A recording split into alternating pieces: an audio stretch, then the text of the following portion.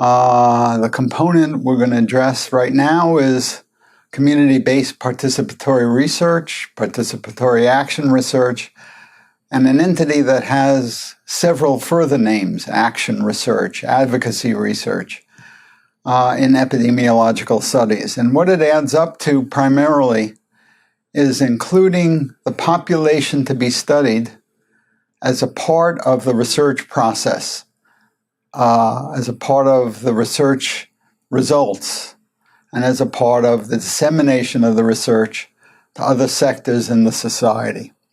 There's very little doubt that research enters the power dynamics within a society, that research questions are primarily controlled by academics or government or funders or large corporations, and rarely by the individuals that are the object of study. In fact, those individuals are frequently less powerful, least resourced, and are perceived as problematic, and therefore information is needed, in a sense, to control those populations.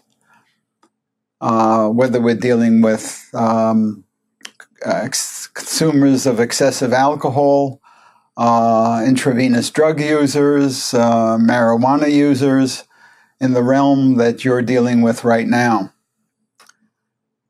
So as a result, study populations have little hand in structuring the research questions or interpreting the results, and little control over how the research results get disseminated. And the end result is that they have a negative image in society. It was a little bit, in the old days, there was an emphasis on feeling that the more you lit communities, the safer they were. So there were sulfur lights, and as a result, when you saw those lights coming from another community, you knew you were in a dangerous area. Whether that danger was as present as the lights would have indicated is open to question. Study populations rarely have access to the research results, let alone they're a part of the dissemination. So they're in academic journals, they may be in books, but the view that hurts many subsequent research is they collected information and then we never saw them again. So the end result is that research has a negative impression for many low-resource communities. It's seen as a mechanism of societal control. The researchers are seen as intruders from the outside, not of the local community or the population. The research mission is suspect, leading to limited cooperation. And there is little opportunity. There's a concept in qualitative research of member checking. That is, you're exposing your results to the scrutiny and criticism of the very population you're studying, and there's little emphasis on validating those results for the most part.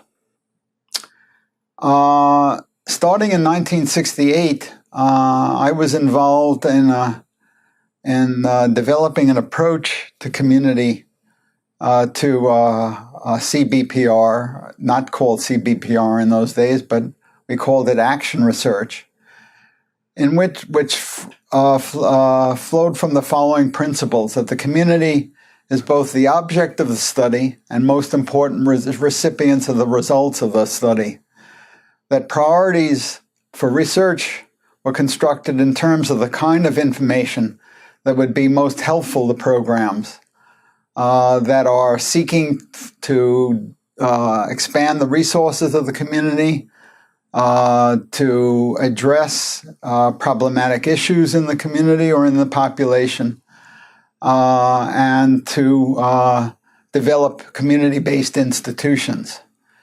And that there was a commitment to researchers, service providers, and community activists seeking change to collaborate in research that would include problem formulation, data collection, analysis, and dissemination.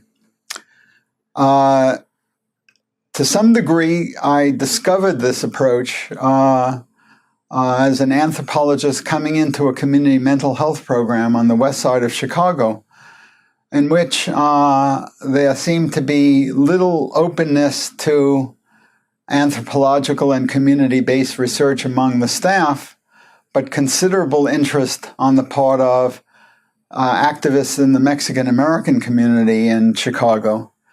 And that led to collaboration directly between the community mental health program researchers and those activists and institution developers and programmatic developers in the Mexican-American community.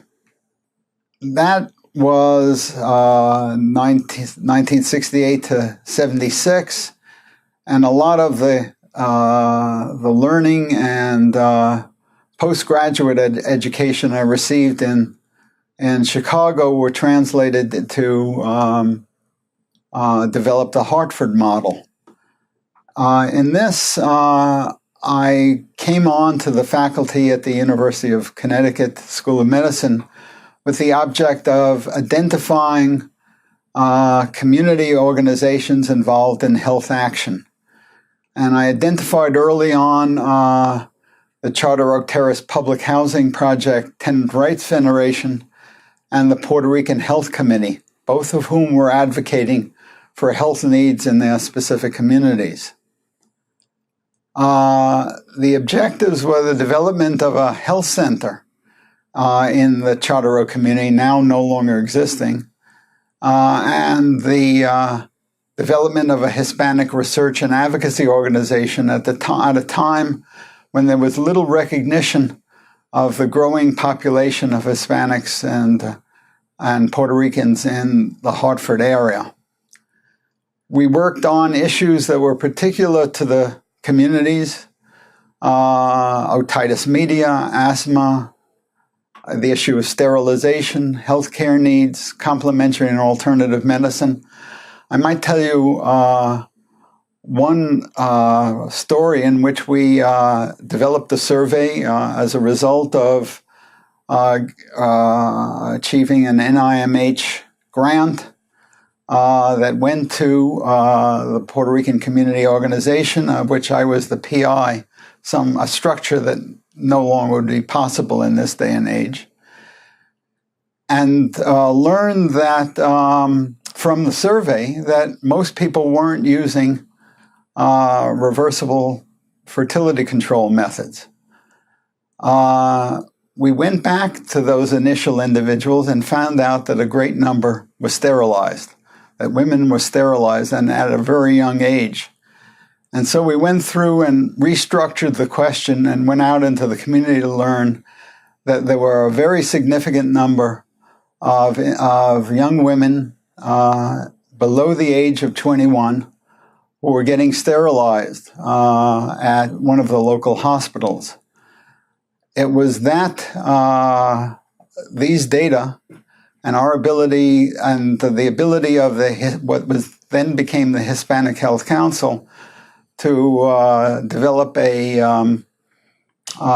press conference in which we identified this information that led to a change in the regulations for the area hospitals and hospitals around the state.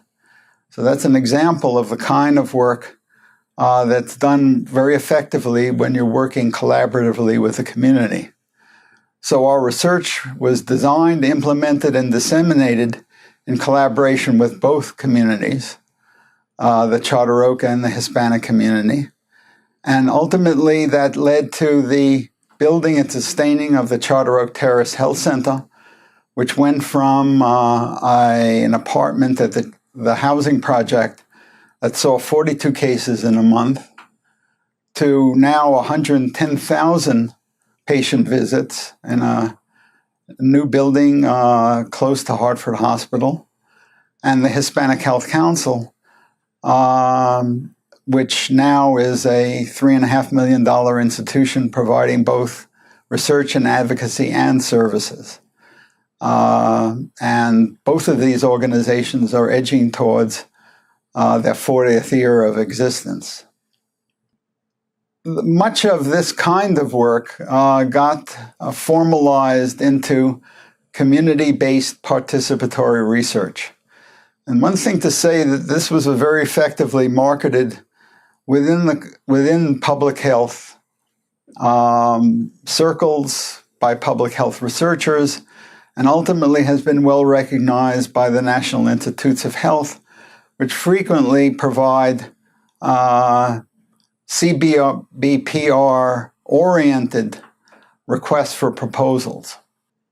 The CBPR is an approach to addressing health disparities by involving people confronted with significant health problems and using research and as a basis for action and advocacy, for program development, for advocating to the power structure, and for developing a range of services and resources that would include both adjusting and training existing programs that may be located outside of the community, as well as programs that would have a community basis and community individuals taking control. The elements include research conducted with community partners defining the problem to be addressed, guiding, directing, and implementing research that both empowers individuals as well as contributes collectively, and that partners use the results with public health researchers to transform structural issues and power imbalances and health disparities initiated where the researcher is not between the community and the wider society and those decisions, but it steps out of the way so that the community can be the advocate themselves. Why do CBPR? Well, first I have to tell you that developing the relationships and addressing these issues in collaboration with the community requires perhaps not absolutely double the work, but certainly 1.5 times. Despite that, it produces better research in terms of entree, more relevant questions, improved measures, improved designs, and participation in data collection strategies, which add to the skills and capacities of community organizations and individuals, and improved interpretation of the results. It improves community understanding of research and its potential, and that data is more likely to be used for transformational change, and that there's the sustainability of results as community organizations go beyond that initial relationship to continue to structure and operationalize research. So the goals are greater empowerment of individuals, of the collective community, more effective training of students to do CBPR, and the faculty as more effective researchers, bringing stakeholders together that could include individuals both in and outside the community, building a university community research infrastructure, which is not an easy task, and that's probably worth another component at some point in the future, and the opportunity, like our sterilization example, to change policies. So the transformational outcomes are individuals and their reflexive view of their own situation and a greater understanding of that situation. So there's less self-blame and more an understanding of structural disparities, of transforming researchers and research teams in partnerships as part of groups, of transforming structural and social factors that might include community-based institutionalization of community-run entities, as well as the ability to train and exchange those service providers, not from the population or the community, to be more relevant to the issues and their solutions, and transforming policies to enhance equity. So there's, in this point of view, a continuous research action interface that builds an understanding over time that involves planning, reflection, acting, and establishing various means of observing and collecting data. And that in the process of doing this on an ongoing basis, so that you're not coming to this community and leaving quickly, but are developing and evolving over time, that you're building a process of greater evidence of disparity, and you're building allies. So finally, in summary, you're building on community resources. We have a tendency to look at communities as only places of problem, especially in low-resource communities. But there are many community resources to identify, whether they're individuals or networks or particular cultural features that can be built on, that you're establishing as much as possible equal partners in the research and action process, that researchers and community residents are entering this process both as co-learners, that they're researchers are enhancing their knowledge of local population and community culture and needs, while community residents are learning more about the formal research process and the process of generating data.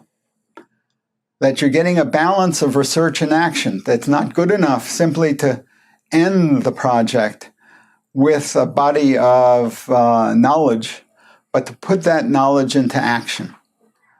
That you're collaborating in all aspects of the research and dissemination process, that these are long-term commitments. And I must say that I was able to be in the Mexican-American community in Chicago for 7 years, working in Hartford communities for 15 years, working in Mumbai for 17 years and still growing.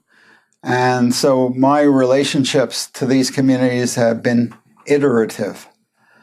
That in the process, the research is not just carried out to enhance control over the communities, but to allow communities and population groups that are studied to have some way of redressing structural inequities.